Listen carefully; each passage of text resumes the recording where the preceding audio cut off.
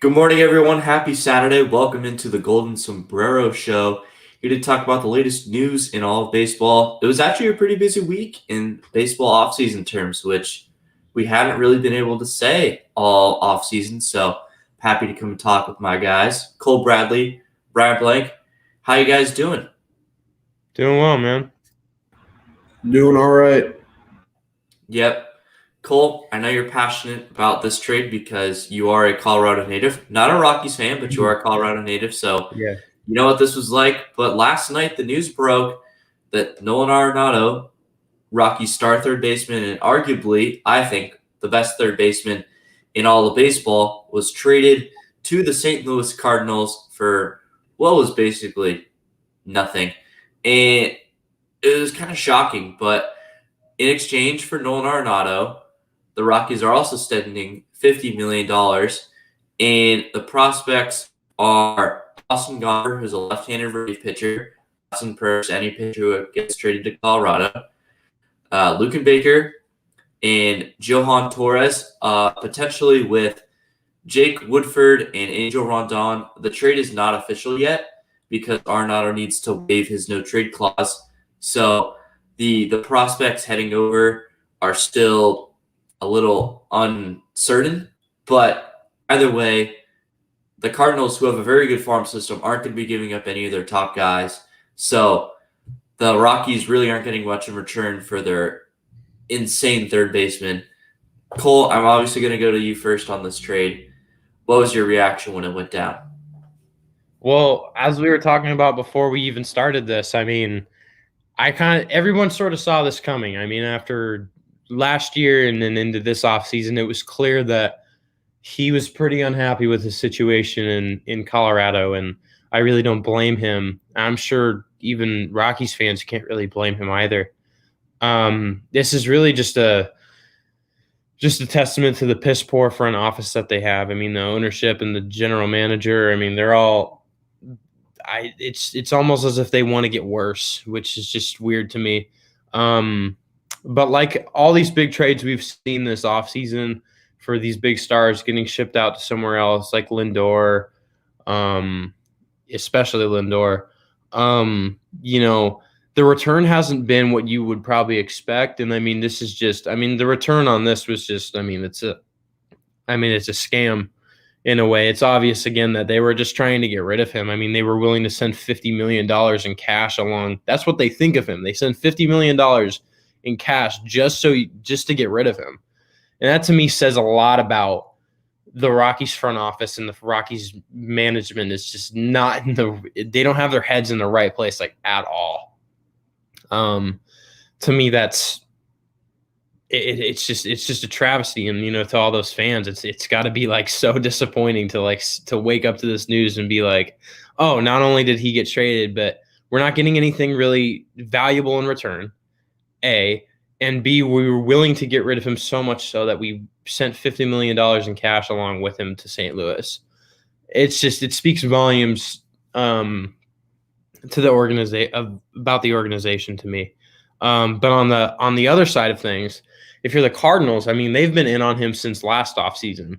It's really I feel like been a 3-team race. It's been Cardinals, Braves, and Dodgers have been the most mentioned names over the past 2 off seasons when it comes to acquiring him. And so again, this doesn't really come as a huge surprise to me. Now that it's happening, it's like, oh wow, this is happening. Like, this is real. But I will say that I really don't think you can argue that that St. Louis now has one of, if not the best corner infield duo in the entire sport, offensively and defensively. Both Goldschmidt and Arenado are very good on when it comes to both aspects of the game. Some of the best and most underrated as far as offense is concerned. And obviously we know what Arenado can do defensively, and Goldschmidt is right up there with him at his position respectively.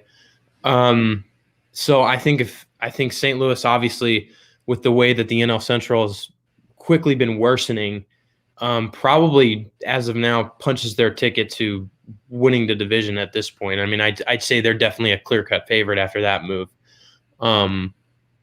Especially given that, they still have yet to sign Yadier Molina, and I think the reason why is because this was obviously like a priority for them, or else they probably would have done it by now. Now I think they'll probably go out and get their catcher back, and I think they're really in a good position to take this division. Probably not by a few games or whatever. I think as of now it's not really close because every other team is seemingly getting worse. But yeah, I mean, if you're a Cardinals fan, I don't see why you can. I don't see how you can. I mean, you have to be elated. But if you're a Rockies fan, I mean, I just pray for you. Check on your friend who's a Rockies fan today. If you know anyone who's a Rockies fan. Absolutely. I want to blame you. Ryan, what was your reaction when this trade went down? Insane. I think that Arenado, it's good for him to get a fresh start because after last season, he was frustrated. He was upset. He wanted out after the initial trade talks and all the rumor. He was upset. And he's coming off a career low season, arguably the worst season of his career. And a fresh start, I think, is what he needs. I think he needs to move on from Colorado and go to a team that's more likely to compete and contend, and that's the Cardinals. They've got a lot of talent there. Yeah, do they have some holes? Yes, but they've got a ton of talent, and they now have the best corner duo in baseball. It's insane to think that they got him for pennies on the dollar is basically how the Cardinals got him. And the fact that they're getting $50 million to pay him is ridiculous.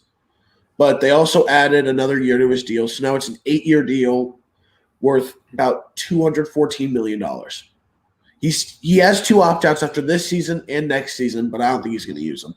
So Nolan Arenado we all agree, he's the best third baseman in baseball, and it's a great move for the Cardinals because, like Cole said, they've been in on him since last offseason, and this is a move that they wanted to make and that honestly they kind of needed to make to get them to be more competitive, and that's what they've done.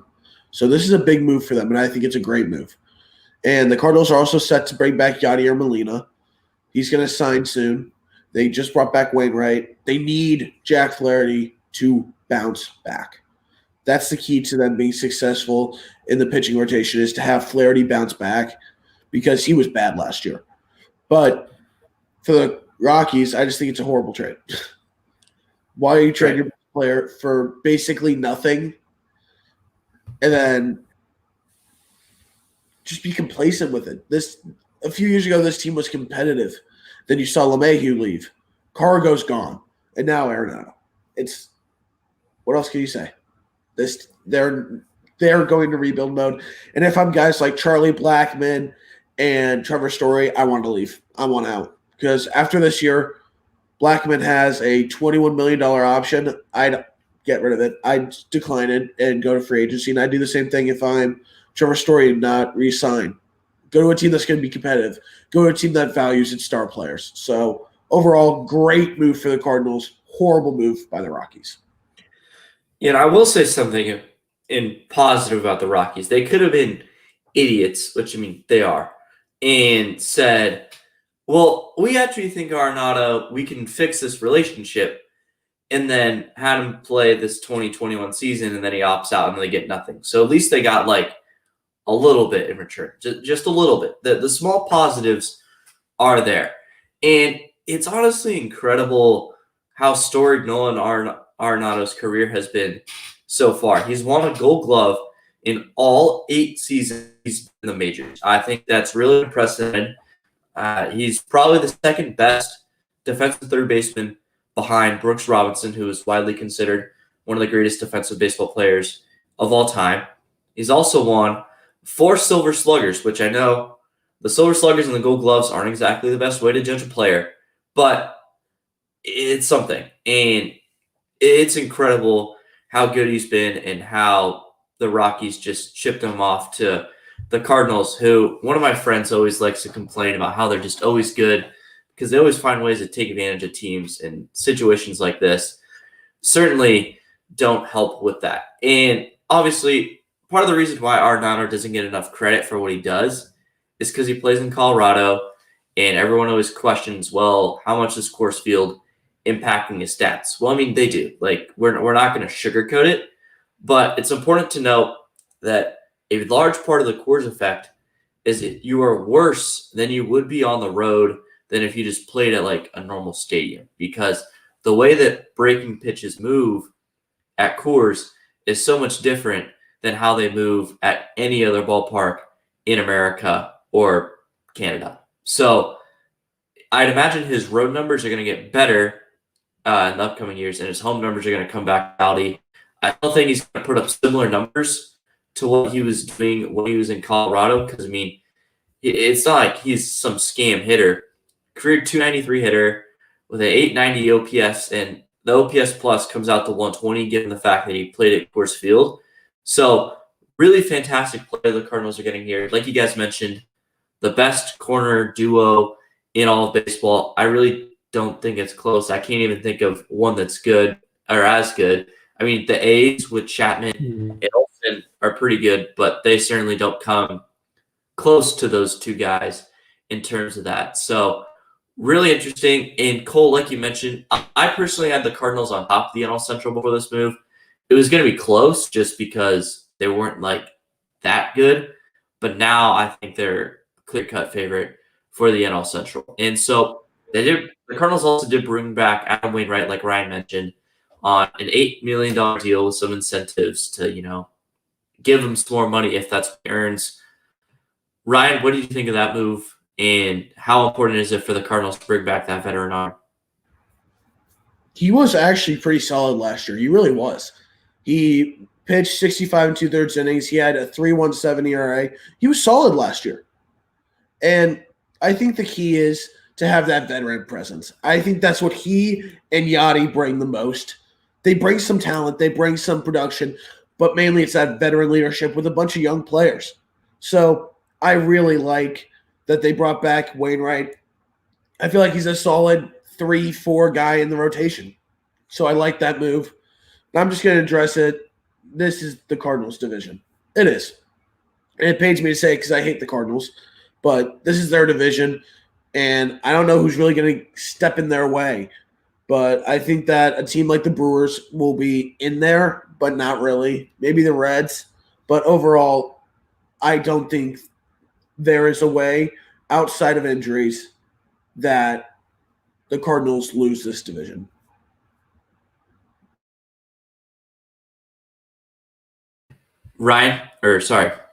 Cole, what do you think about the Wainwright signing for the Cardinals? Well, I mean, you guys talked a little bit about how, Jack Flaherty is going to be a big part of the rotation next year, and, having him bounce back. And considering the year Wainwright had this past year, bringing him back means it takes a little bit of pressure off of Flaherty to have to be as good as he was 2 years ago, because we all know that's obviously what St. Louis wants him to be.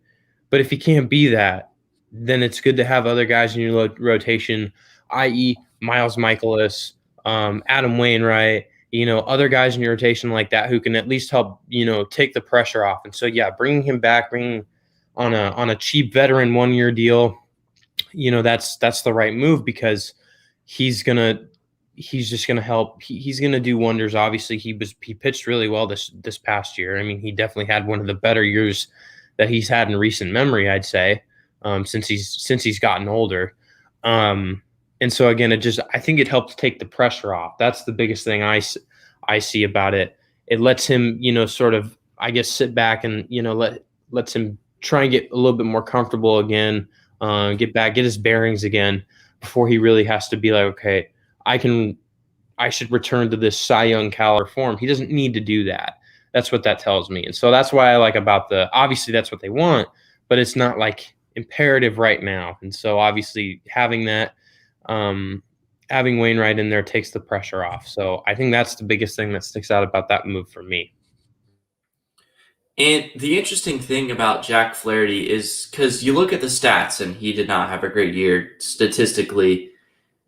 Two things. One, it was a shortened season in which the Cardinals had to take multiple weeks off. And as we were all pitchers, we could all tell you this. If your routine gets thrown off as a player and most importantly a pitcher, things start to not go very well. And I sense that kind of happened for Jack in this situation, because we all know he's one of the best pitchers in baseball. And secondly, going to September 10th, He had a 3.08 ERA and was pitching perfectly fine. And then on September 15th against the Brewers of all teams, he only pitched 3 innings and allowed 9 runs. And, of course, that absolutely kills your ERA. And he finished the season with a 4.91 ERA. So you look at that, and that's not exactly a great season. But those stats are heavily inflated by that one outing. So I just wanted to point that out because I did a lot of research on the Cardinals because, of course, the Padres played the Cardinals in the playoffs. So I was very well invested in the Cardinals and how they did that year. So, and his FIP was also 4.11. So he ultimately got pretty unlucky with the results of how everything went down. So there's my 2 cents on Jack Flaherty. And he's better than what his stats say from last year. And the signing of Adam Wainwright brings back that veteran mentality, the veteran presence in the locker room that the Cardinals always seem to have. So the signing just makes perfect sense. I think $8 million is a lot for Wainwright because Wainwright is not young by any means. But like you guys said, he had a very solid year last year. And the years prior, he was not very good. But he's still got that talent. And coming in from that 60-game season to the 162-game season, you're going to need extra amount of pitchers because it's going to be very taxing on arms. So I think it was very important for the Cardinals to go out and get Wainwright. It was rumored the night before he signed that the Padres offered him a contract. And I was pretty excited because I would have loved to have Adam Wainwright on the Padres. I don't think the Padres would need him, but it would have been a great signing. And then it ultimately got revealed that that contract was offered before the Padres went out and traded for Joe Musgrove, who we talked about on the last show. So there was a lot of movement here, but the Cardinals are certainly one of the best teams in the National League, and especially the National League Central now. So they're going to be a fun team to watch. Like you guys said, that first base, third base duo that used to be in the NL West now plays for the Cardinals. And I'm just glad because both those guys killed the Padres. I'm sure Arenado killed the Rockies for you, Cole, or they killed the D-backs. Yeah, it was pretty bad. But he's one of my favorite players to watch. So I mean, it's hard not to hate him. Right. No, I definitely didn't hate him. Especially now that he's out of the division. So right. Oh, I couldn't be any happier that Arenado's out of the division because there were a lot of talks about the Dodgers trying to get him. He was never going to go to the Dodgers. The Rockies weren't that stupid. They weren't going to send him within the division, especially to the team that's haunted the division for the past 7 years. That just wasn't going to happen. Like, unless they just couldn't get anyone else. And I would have forever hated the Rockies. I might have hated the Rockies more than the Dodgers at that point because you can't blame the Dodgers for doing that. Yeah. But that would have been brutal. So, like you said, glad he's out of the division. The path to the Padres playoffs is now a little easier because little more wiggle room with more wins surely going to be against the Colorado Rockies. So another signing, former Dodgers outfielder Jock Peterson signed with the Chicago Cubs on a 1-year, $7 million deal. I know from watching Jock Peterson play over the last couple of years that he's a very talented outfielder and a fantastic left-handed hitter. So Cole, we'll start with you on this one. What do you think of Jock Peterson going to the Cubs on a 1-year deal?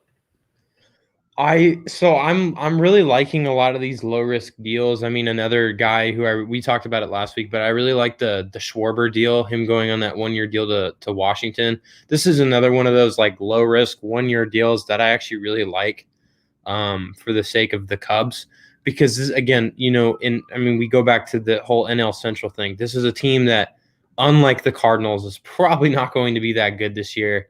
They're in a rebuild process. But it helps to have a guy who's, have some competitive players in your lineup, and if you will. And even though he did not have a good year this past year, he hit 190, which, again, that's just not good. You're still getting an outfielder he's got a really good arm. He can play either corner outfield spot. He's an athlete. And he's got really, really incredible power. And it's sort of, I'm not going to say completely replaces a guy like Schwarber, but you're sort of getting a guy who's cheaper, who can step in and who can at least fill a hole in the lineup. Because again, this Cubs team is going in a different direction now. They're not going to be, what they were before. They're starting to lose that core, I think. It's starting to happen. You're going to really start to see it go down this next offseason. So bringing in a guy like Peterson just for 1 year, maybe he helps you win a few more games than you initially anticipated. Maybe not, but he's a nice little valuable piece that you can add to your corner outfield, and I really think he's gonna help them out. And I mean, again, we talk about the power. He hit 36 home runs in 2019, which is a career high for him. I'm pretty sure. Yeah, it looks like it. He's got that power, and I think he's really gonna again not completely replace Kyle Schwarber from an offensive perspective, but he definitely helps step in and, sort of fill that void. Yeah, Ryan, what did you think about the Jock Peterson signing with the Chicago Cubs? Honestly, I'm a little bit conflicted with it. It's cheaper than Schwarber, but I probably would have picked Schwarber over Jock Peterson, honestly. Because if you look at Jock Peterson's numbers, he's a career 230 hitter with just above 800 OPS. I don't think that he is the best hitter. Yeah, he's got a ton of power, which is great, but he shows just consistently get on base. Great fielder. I overall would have picked Schwarber over him, even though Peterson's cheaper. I don't get with the Cubs. I really don't. They trade away two big pieces, and they released one big piece and then trade away Yu Darvish, and then just let John Lester walk. I don't get it with them. And then they're about to lose big pieces of their core, whether it's Contreras, Bryant, Rizzo, Baez.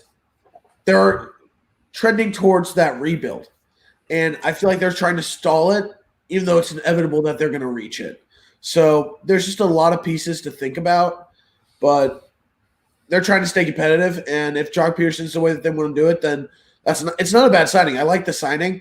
I just think that if I had to pick, I would pick Schwarber, who's more consistent at the plate.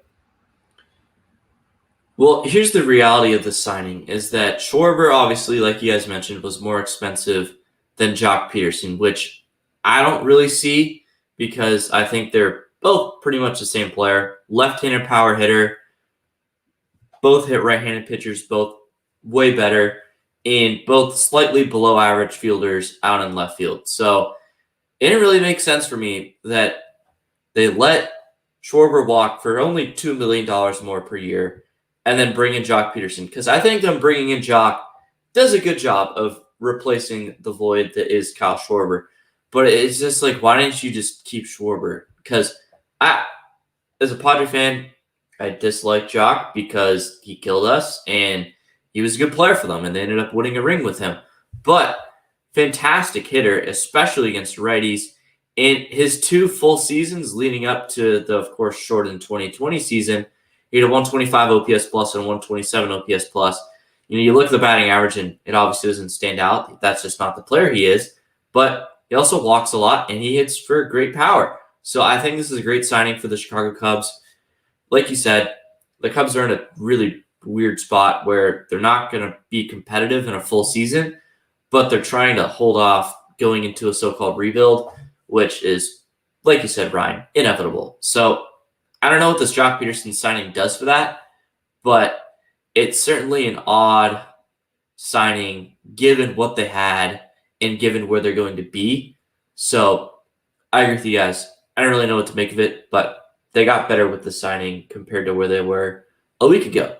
And it just came out, according to Jason Stark, the Phillies have a 2-year deal with Didi Gregorius. Didi played for the Phillies last year after playing the majority of his career in New York, with the Yankees being the successor to Derek Jeter. Ryan, I'm going to start with you. What do you think of this move by the Phillies to re-sign Didi Gregorius? They had to do it. They had to. Because especially with how competitive the NL East is going to be, they need to get as much talent as they can. And by re-signing both Gregorius and Real Muto, they're keeping a core that has some success offensively. They just need to be more consistent pitching-wise. They've added a couple arms to the bullpen, which helps. Do they need to add more? Yes, but they've added arms. Gregorius last year hit 284 for them with 10 home runs and 40 RBIs. He was solid for them last year. And I think that getting him back for 2 years is going to be beneficial because they got to stay competitive. They have to get back into the playoffs. They have Reese Hoskins, they have Real Muto, they have Harper. They've got a ton of talent. They just got to stay healthy, and they got to get that bullpen a lot better. And this is a team that can fight for a playoff spot in a very tough NL East division, because you saw teams like the Nationals go out and get Schwarber, get Josh Bell, add pieces there, and John Lester. And then you have the Phillies who are bringing back guys that they know that they can use to win. So I think it's a great signing for them, and I think it's big for them to stay competitive in a very tough division. So I really like it. Cole, what are your thoughts on this? Yeah, I mean, just to start, the NL East is going to be an awesome division race to watch this year. And I mean, just the amount of talent that's been brought into the division, and the amount of guys that are being brought back, like the Phillies deciding at the very end, saying, you know what, we're going to keep Real Muto. We're going to bring back Gregorius. If they can stay healthy, they can be really, really good. They can be really competitive. And I think that was their issue last year and in past years as well, as they just can't stay healthy. But if they can, have the guys, like Ryan said, Gregorius was solid for him. JT Realmuto is the best catcher in baseball. That speaks for itself. If they can stay healthy and they can be really solid, that's going to be another team that challenges the Braves and the Mets for the top of that division, and even maybe the Nationals, who can be sneaky this year. So again, bringing back a guy like Didi, that's good for them, because again, that lineup stays a little bit more balanced. They can put him; he's universal really in that order. They can put him near the bottom of the order. They can put him near the top. But the other big glaring thing about this on the other side of the spectrum is that now there's two big teams that are without a shortstop currently, and that's the Reds and that's the A's. And I know the A's and the Reds were both teams that were big on Didi Gregorius, and so I'm actually really curious to see what they go out and do before the season begins, because I don't know if they plan on, maybe bringing up a prospect, because at this rate, I mean, there's really scraps left, if you will. There's not a whole lot of amazing talent to bring in those positions. I mean, Anderson Simmons is gone as well. So I'm going to be interested to see what those teams do to replace that. But I mean, on the subject of the Phillies, I think again they're getting better, and they're also addressing that bullpen. They brought in Archie Bradley, they brought in a couple other guys, and so that definitely helps them again stay a little bit more competitive, because if that bullpen gets better and the rotation stays healthy, they're going to be a really problematic team for everyone else in that division. Yeah, I think I had them making the playoffs last year, so that was a little frustrating because the talent is there. And at this point, it's basically the same team as last season. And a lot of people like myself thought they were going to make the playoffs because the team has nothing but talent and a really good manager in Joe Girardi. So they're going to be an interesting team to follow because, like you mentioned, they just haven't gotten it done as of late. I believe now with the Padres and Marlins making the playoffs last year, the Phillies have the longest active playoff drought in the National League. And then, of course, the Mariners have the longest in all baseball, with it being 2001. Prayers up to Mariners fans. So the Phillies, they're in an interesting spot because they can certainly make it, but I could also certainly see them finishing in last place, almost like what they did last year. So tough spot for them. But Didi Gregorius, following his time with the Yankees, he signed a 1-year, $14 million deal with the Phillies, betting on himself. He performed well. He had, statistically, what was his best season. We all know the 2018 season with him, and the 2017 were very good years for him as well. So, and he gets a 2-year, $28 million deal for him. So it paid off. He didn't get a pay raise in terms of average annual value, but he gets the 2 years and still the $14 million. So good for Didi because he's a pretty solid shortstop. He's not the best defensively, but I'd say he's probably a little bit above average. And the bat is there. He doesn't necessarily walk a lot, but the power, especially at the shortstop position, is something you rarely see, and he is someone who excels at that. And so we might as well stick with the Phillies here and talk about the JT Realmuto signing because he did sign with them this week. It was a 5-year, $115 million deal for a 32-year-old catcher. It's a lot of money to throw around at an old catcher, but like he has said, best catcher in baseball. So Cole, what do you think about the signing of JT Realmuto?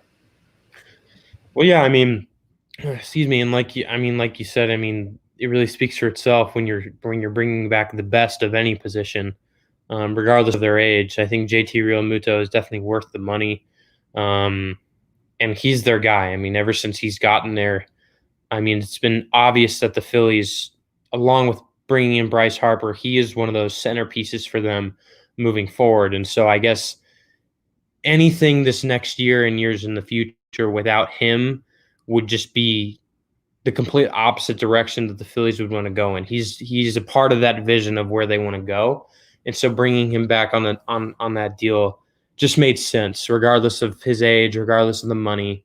He's meant to be a Philly, and he's meant to be there into his mid to late 30s. Obviously, 3 years from now, are we going to be talking about is JT Realmuto going to perform to his annual value? Probably not. I mean, guys don't really do that well into their guys start declining, obviously, normally once they hit their early to mid 30s. But again, you're not just paying for the guy who's going to hit 20 25 plus homers and who's going to throw out base runners almost 70% of the time. You're paying for a guy who's going to lead a pitching staff and who's going to be a really amazing centerpiece in the middle of your order, and who's going to help young prospects as they come up, who's going to help instill that Phillies culture along with the managerial staff for the future generations of Phillies baseball. And so I think that's the biggest part of this. It's obvious that everyone who plays with him wanted him back, which just goes to show either A, how great of a guy he is and how good of a teammate he is, and B, just how they see the same vision where it's like, we don't want to be a part of this without JT. And so I think the Phillies, ever since bringing in Dombrowski, probably had this massive shift in thinking where it was like, okay, first we're not going to bring back JT. And it's like, okay, now that should be our main priority. We need to address the bullpen, but we also need to bring back our catcher. We need to get him back. We need to make sure he's a Philly for the next 4 years. And so I think, again, I really don't see a negative part of this. Again, teams sign big deals like this all the time. He was one of those guys who it was obvious he was going to get a multi-year, multi-$100 million deal. It's from somebody. And the Phillies, again, just took the initiative and were like, we want to bring him back. So I like this. I think everybody thinks it's good that he stayed in Philadelphia. And I think, both sides are probably pretty happy after this. So good on them for bringing him back. Ryan? Dom, you're wrong on his age. He's only 29. Yeah, I got that wrong. I was going to clarify. Yeah. He'll be 30 when the season starts, though. Yeah. But overall, I think it's what they had to do. He's the best catcher in baseball. He's great defensively. He had a down year hitting. He did hit 266 with 11 home runs, but you want to see him get on base more consistently. His batting average dropped a little bit. His OPS went up. His on base went up. Overall, he had a solid year, I would say. But he is the best catcher in baseball. We all agree with that. We all say that. And he's a big piece of that lineup and that Phillies team. They had to bring him back. There's no doubt. No player wanted to really be on that team without JT Realmuto there. Realmuto is a piece of the Phillies. He belongs with the Phillies. So it's the best move for them. It keeps them in contention. It keeps them it gives them another player to keep that talent and to keep them in the race for at least a wild card and to be competitive in that division, which is going to be exciting to watch all year. Yeah, and I'm obviously a little bit concerned because, like I said, he's an older catcher, and to sign him for 5 years when catchers just have a terrible lifespan because it's just so injury demanding and demanding on the body, behind the plate, squatting for the entire time and getting beat up by bad pitches and foul balls. It's tough. And at the end of the day, he's the best catcher in baseball. So you're not going to sit here and criticize it, but the 5 years for a lot of money, it could come back to bite them, especially when they're already committed to 11 more years of Bryce Harper at this point. So at least you give a lot of credit to them. They're investing in trying to win now. And like we said earlier, there are some teams like the Colorado Rockies who just aren't doing that. So I'm sure Philly fans are very happy. Obviously, the team has underperformed in the past couple of years, And the hope for them is that they meet the expectations this upcoming year, because the expectations for just about every single NL East team should be to make the playoffs, because you have the Braves who went to the NLCS last year, the Marlins who went to the NLDS last year, the Mets who had a fantastic offseason and invested a lot of money in themselves, the Phillies who have been really good the past couple of years, had high expectations and didn't meet them, and then the Nationals who won the World Series 2 seasons ago and have also put some money into their team. So this division, it's going to be awesome. We can now move away from the NL East. It's been a little crowded over there, but certainly a very interesting division. And I don't know how it's going to play out, and it's going to be fun, especially when we do our season predictions in a couple of weeks. Trying to align that division is going to be tricky, and we'll see how well we've done. So let's come back to the NL West. Second baseman Tommy La Stella signed a 3-year deal with the San Francisco Giants. He's been a great hitter the past couple of years. Played with the Angels, was an all-star. Unfortunately, he didn't get to play in front of the millions of fans watching because he injured his leg. And then last year was really good, got traded to the Oakland A's, and was ultimately a part of their disappointing finish to the season because they are the Oakland A's, and that's just what they do. So, Ryan, what do you think about Tommy La Stella going to the San Francisco Giants? This hurts the Athletics. They've now lost their middle infield this offseason, and they had a great infield because they had the second best duo in the league with Ole and Chappie, and then up the middle they had La Stella and Simeon. Both those guys are gone, so that hurts a lot for them. But La Stella is a great hitter. He's a great second base hitter. Last year he hit 281, but specifically with the A's he hit 289. Not a big power guy, but he consistently gets on base, and that's what I love to see. Overall, I think for the Giants, they were close last year to getting the playoffs in the shortened season. They were. And they want to be at that point where they can get in and sneak in to the playoffs, or at least be competitive in the division, and that's what I think they will be, is competitive. So I really like how the Giants are trying to add and get better instead of just saying, oh, it's the 2 top dogs we're done for. So I really like their mentality, and I think it's a pretty good fit for La Stella as well. Ryan, that's twice now I've called you Ryan. I'm sorry to disrespect you like that. I wouldn't want to compare you to Ryan. But Cole, what do you think about La Stella coming over to the NL West and joining the San Francisco Giants?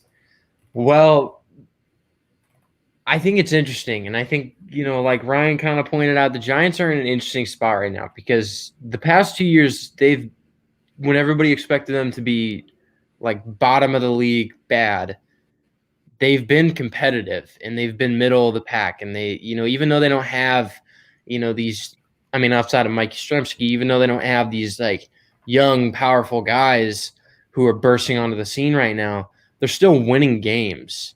And so, again, they're in a very interesting spot. And bringing in a guy like La Stella, I think, as a utility player helps solidify that. But a tweet I just read the other day, and just sort of to put this into perspective, the Giants potentially have $103 million coming off the books this next offseason.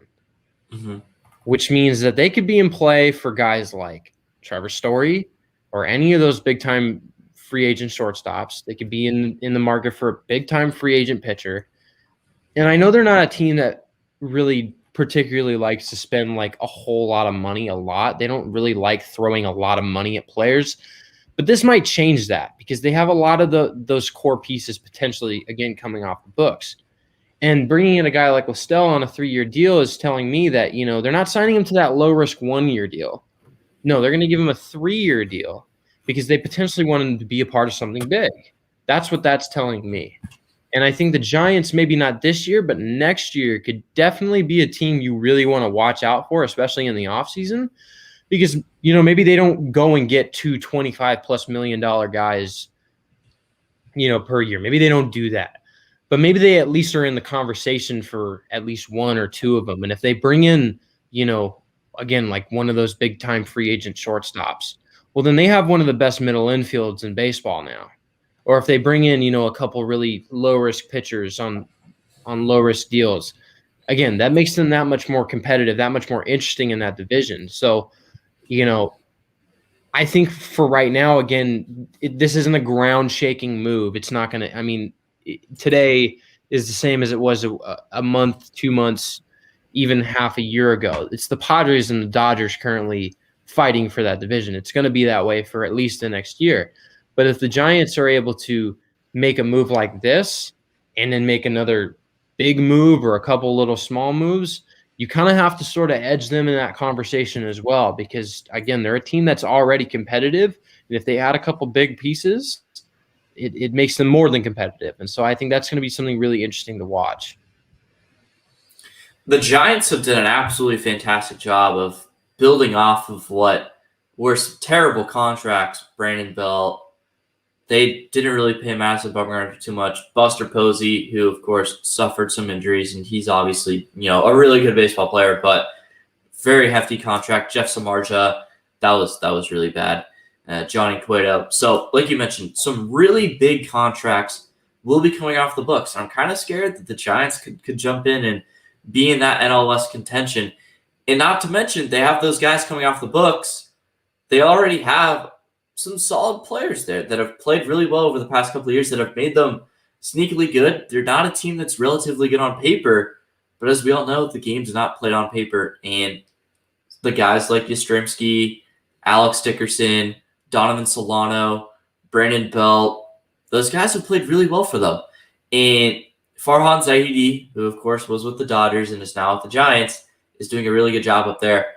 Also, while developing a really good farm system, their top 4 prospects, Joey Bart, Helio Ramos, and Hunter Bishop, are all really good. So I'm a little scared of the Giants. Obviously, there are bigger worries on a Padres fan's hands, but certainly a worrisome. And you guys mentioned it. Tommy La Stella, been a very good hitter over the past couple of years. He never really got the opportunity in Chicago, and, given their infield, he made sense because they had Addison Russell, who I despise, at shortstop, and they had Javi Baez over at second base with Chris Bryant at third and Anthony Rizzo at first. Where's La Stella going to get those innings? He's just not going to get them. So went over to the Angels in 2019. It was really his first shot at starting. He had a fantastic season. 295 batting average, 346 OBP, went up to an 832 OPS, which was a 118 OPS plus. And then, of course, he got hurt. Fortunately, the season got cut short. And then in 2020, he was fantastic. His average went down, but his OBP went up significantly. So he was doing a much better job of getting on base because, like you guys mentioned, not exactly a power guy. He just gets on base, singles, doubles. That's what he does. And 127 OPS plus for that season, which, of course, was short. But important to note, he played 55 of the 60 games this season, which he had never really done because the most games he played in his tenure in Chicago was 123, and a lot of those games were really pinch hit situations because he only had 169 at-bats and 192 plate appearances. So it was good for him to finally show that, hey, he is worthwhile. And the Giants going out and going to pay him for 3 years. The exact details of the contract are still yet to be released, but I think it's a fantastic signing by the San Francisco Giants. And they've done a lot of moves that have gone under the radar because, like I said, they're not going out and getting big-name players that make them look good on paper, but they're making moves that are going to make them better now, and that's all they really care about. So they're an interesting team to watch because they're obviously not a top 2 team in the division, but they can certainly sneak in as a potential wildcard team, especially if Major League Baseball does decide to expand the playoffs, but they can't decide on anything, so we'll see about that. We got a couple more signings to talk about. The big one, Marcus Semien. He went to the Blue Jays on a 1-year, $18 million deal. He had really turned it up over the past couple of years with the Oakland Athletics, and now he gets paid because Oakland doesn't want to pay anyone. So $18 million goes to Semien. Cole, I got you right this time, Cole. What do you think of this signing? Well, again, I love these 1-year deals. And this is literally exactly the same contract that the Braves gave Marcell Ozuna almost a year ago. It was a 1-year, $18 million deal. Now, he's not Marcell Ozuna. And I'm not saying he's going to be Marcell Ozuna, but we all saw what Marcell Ozuna did this year with the Braves. He had an MVP caliber season. He was one of the best hitters in the league. Semien's coming off a bad year. That's no secret. But in 2019, again, he was MVP caliber. He played all 162 games. He definitely started to show the potential he has defensively after when he was in Chicago. He was primarily a DH guy. The guy couldn't play defense to save his life. I think he started to mold into more of an all-around shortstop. And again, the Blue Jays are starting to really ramp up their activity this offseason over these past couple of weeks. They've signed Yates, they've signed Springer, and now they got Simeon. And I don't even know if their offseason's over yet. And they also went out and got I think it was Steven Matz, correct? So they got Steven Matz. So they've been making these moves over the past couple of weeks now. And I really think now after this, you have to consider them as one of the top teams in the East, in the AL East now. I mean, I think they're there kind of. I think they still need to address the pitching, and I don't think Steven Matz is the answer right now. And I think I'm going to be really curious to see how that pitching staff performs, barring they don't bring in another big name guy. But I'm really intrigued with that team now because they have a lot of depth, especially on their infield after getting a guy like Simeon, because they still got Bo Bichette, they still got Kevin Biggio, and so they're going to have to sort of figure out obviously how to piece together their lineup. I don't think that's going to be an issue really. But yeah, I like that deal. Low risk, kind of 1-year deal. I think he's worth the $18 million. Is he going to perform? Again, who knows? But it is a 1-year deal. You're not locked into this long-term financial commitment. If he does bad, you just let him walk. If he does good, then you have to consider maybe locking him up for 2 years, 3 years. Who knows? But I really like this move for Toronto. I think this actually helps make their lineup a little bit more top-heavy because we all know he's probably going to be a top-of-the-order bat. And if he can, again, sort of replicate what he did, not do exactly what he did, but replicate in some way what he did in 2019, then that lineup is that much more dangerous. So, I mean, that's the way I see it. I think it's a really good move for them because it's low risk and it's extremely high reward. I think it's great. Ryan, what do you think? Great signing. I think that adding a guy like Marcus Simeon, who was in the MVP race a couple years ago, is great. I think that really solidifies the infield.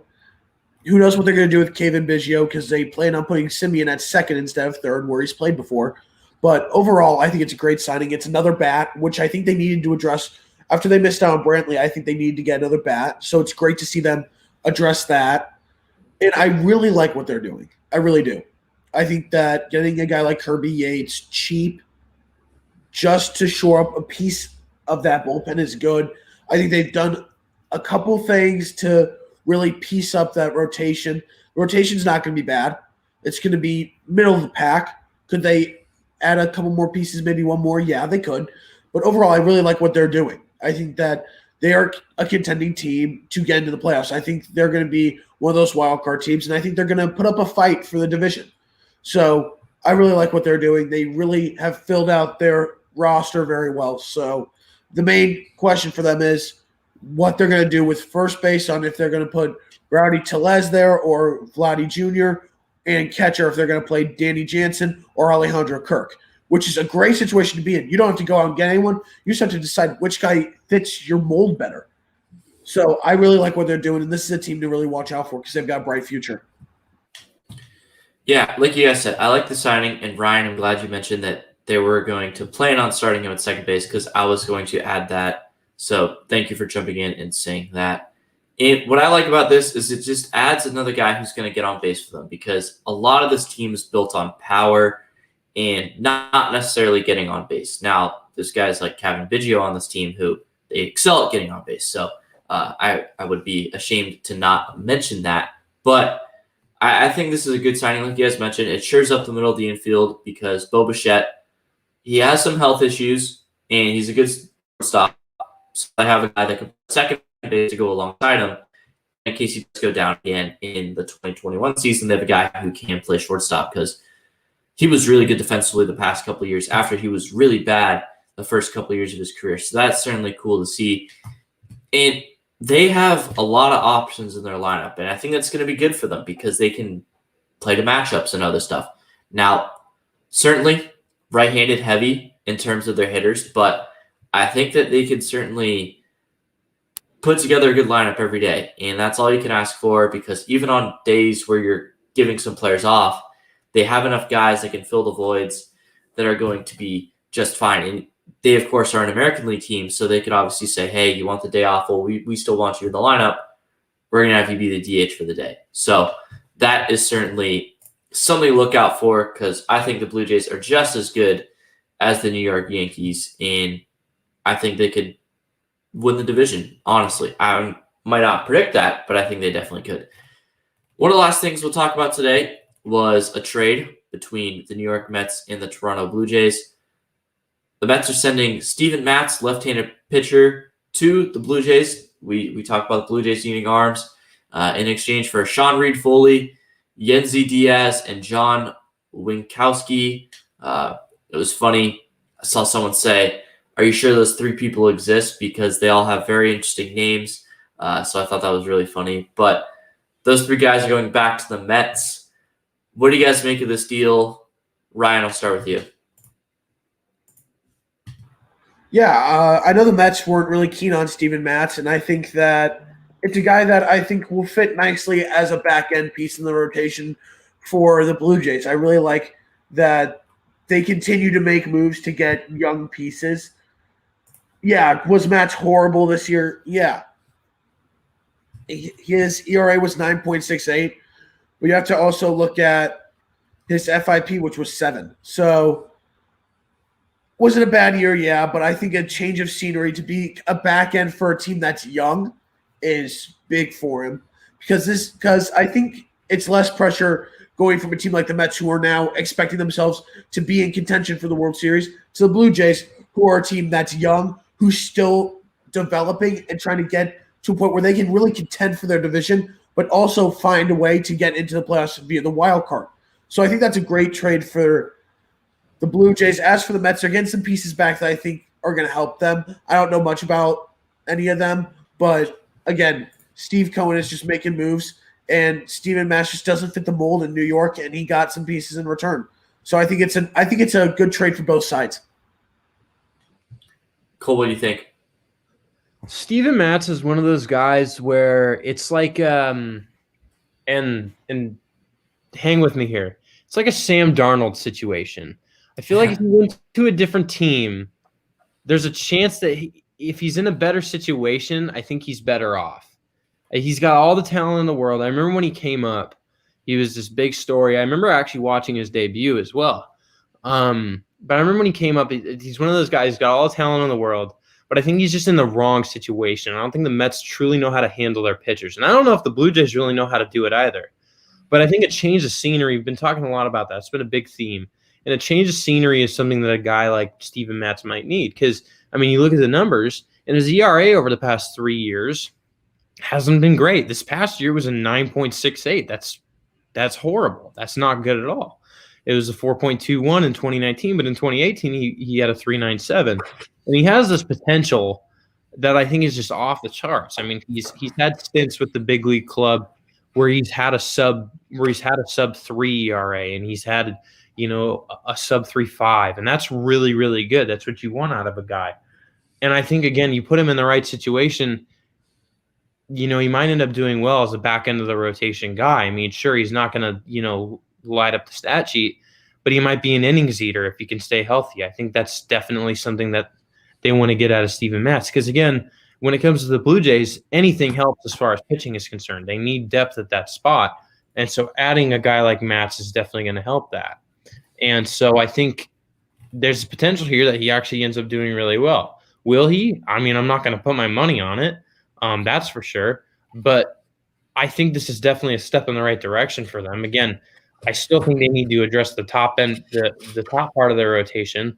And if they're not already in on Trevor Bauer, they should be at least trying to be competitive. Are they going to get him? Probably not. I don't think so. I really think it's narrowed down to a couple teams at this point.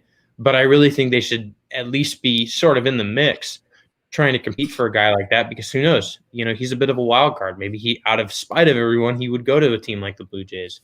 So I think Toronto, again, is just in such an interesting spot. I think they're going to be really competitive this year. Are they good enough at the moment to win the division? I'm not going to say they are, but they're definitely up there. And I think they're definitely a playoff team at this point.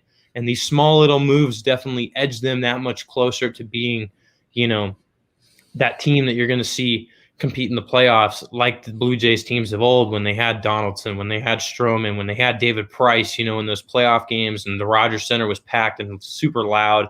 I think they're sort of moving back to that, OG Toronto Blue Jays sort of mold. And so these small moves help, sort of solidify that for me. So is Steven Matz a guy who I'm going to say is going to be like the greatest move they've made this offseason? No, but I think he's going to end up being pretty solid for him. Don't forget about the Blue Jays in the 90s that won multiple World Series titles. So, yeah, the Blue Jays, I think they got a good deal here. And Steven Matz has some injury concerns and has a lot of consistency concerns as well. So, I mean, this isn't like a surefire signing or surefire trade for them. But like you said, they've needed pitchers at this point, and Matt certainly qualifies as a pitcher. So going back in return, Yennsy Diaz, he ends up being the 30th ranked prospect in the Mets system. And if you know anything about the Mets farm system, it's pretty bad. So,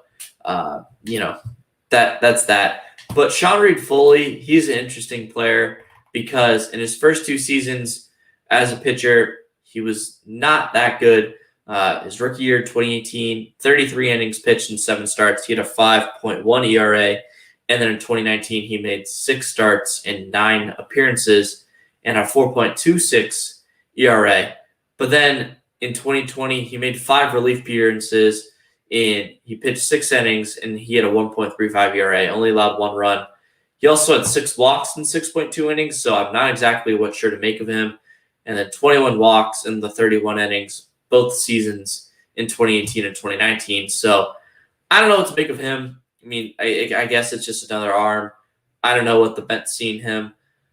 They're certainly in an interesting spot, especially with what Steve Cohen did this past week with the stock market.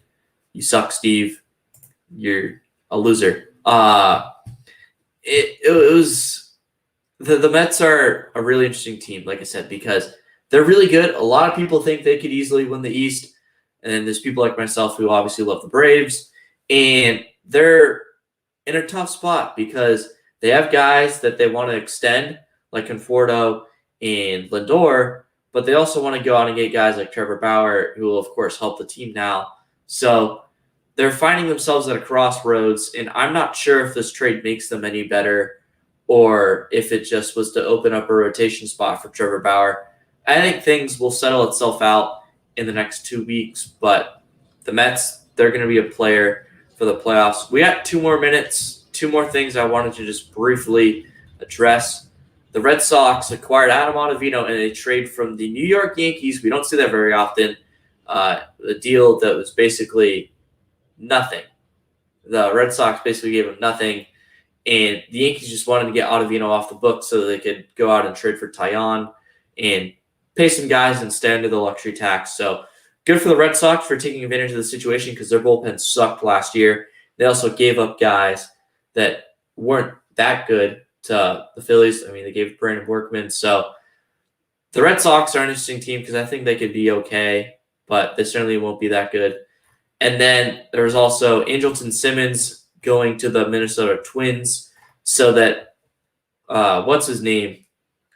Jorge Polanco can get away from shortstop because he's terrible defensively. Thank God.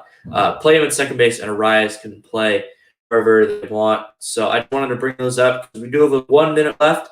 So that's going to wrap up this episode of the Golden Sombrero Show. You guys got anything you want to say before we head out? Yeah, I think the Simmons signing is great. I think that getting Polanco away from short was key for them. They needed to make a signing to fix that, and they did. So I really like Simmons to the Twins. I think it's a great fit. All I got to say is that baseball season's almost here, guys. So I'm really excited, and that's all I can really say. So definitely happy about that. I mean, spring training games are supposed to be in less than a month. Now, at the same time, there's also some concerns that it might get postponed. Baseball doesn't want to do it. The mayors want to. It's because they want more fans here so they can make more money. I mean, that's what it comes down to. They said it was player safety. We all know that's not true. I'm just praying that fans can attend the games because they've already said that players really won't be able to be talked to on the backfields and stuff, which is what's really cool about spring training. But anyways, let's wrap up this episode of Golden Sombrero Show. Thank you all for tuning in.